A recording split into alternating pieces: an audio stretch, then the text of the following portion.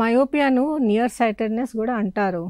So ఎవరికైనా spectacle నెంబర్లో minus number ఉంటే వాళ్ళను మయోపిక్స్ అంటారు. సో ఈ మయోపియాలో ఉన్న వాళ్ళలో వాళ్ళ కంటి ఐబాల్ లెంత్ నార్మల్ కంటే ఎక్కువ పెరగడం వల్ల, లేదంటే వాళ్ళ కంటి ముందు ఉన్న నల్ల పాప, that is the corneal curvature normal కంటే కర్వేచర్ ఎక్కువ ఉండడం వల్ల దూరం నుంచి లైట్ కిరణాలు మన కంట్లో పడినప్పుడు రెటీనా మీద ఫోకస్ అవ్వకుండా రెటీనా ముందు భాగం మీద పడుతుంది. అందువల్ల పిల్లలు కానీ పెద్దవాళ్ళు కానీ ఎవరికైనా మయోపియా ఉంటే వాళ్ళకు దూరం ఉండే వస్తువులు సరిగ్గా కనపడదు, దగ్గర వస్తువులు స్పష్టంగా కనపడుతుంది. ఇది కాకుండా కొన్ని మయోపియా వల్ల కంట్లో స్ట్రక్చరల్ చేంజెస్ కూడా ఉంటాయి. సో ఈ కంటి ఐబాల్ ఎలాంగేషన్ వల్ల మోస్ట్ ఆఫ్ ది ఎలాంగేషన్ కంటి వెనక భాగంలో జరుగుతుంది.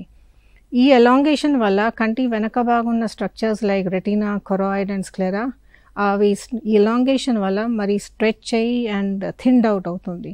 దానివల్ల మయోపిక్స్ ఎవరైనా పర్టికులర్లీ ది హై మయోపిక్స్లో వాళ్ళకు later in life retina problems వల్ల విజన్ కోల్పోయే ఛాన్సెస్ ఎక్కువ ఉంటాయి.